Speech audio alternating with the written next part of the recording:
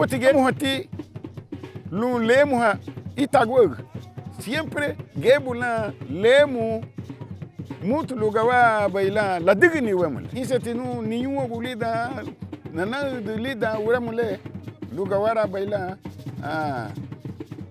Le de recordatorio alagame lida sunina si magumulamo. Desde el año 86 que me casé con él, esa ha sido la tradición de nosotros acá. Él es el maestro aquí ahora de los cantos. Entonces él me lleva, entonces yo voy con él a acompañarlo a cantar. Marina Aguilé, Liru Bello,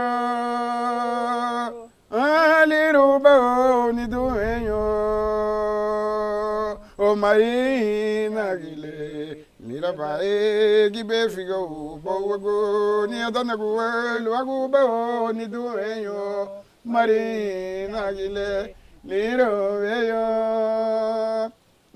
liro bao ni dueño oh Marina Aguilé mira pae gibe figo bogo greti paigia bichai erui greti paigia bichai erui daunia ni benguno tere rabia dau achai moto ni kaputika no maganera uboni mama me vanera uboni aya groguli aya batimia greti paigia bichai erui greti paigia bichai erui daunia ni benguno tere rabia dau achai moto ni kaputika Gra sande la gra no go no ayo go ni sandi balabaya na sandere ayura no go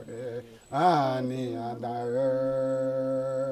e wa malu tamunu gra sande la gra no go no ayo go tuida sandere balabaya na sandere ayura no go ani anda e wa malu tamunu. Aragawa.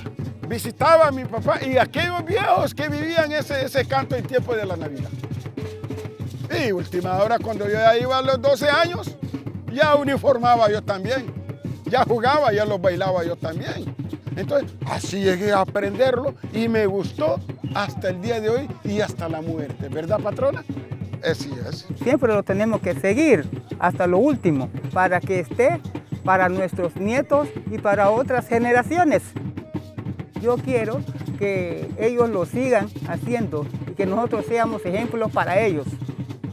Eso es lo que yo espero, eso es lo que pido. Sí.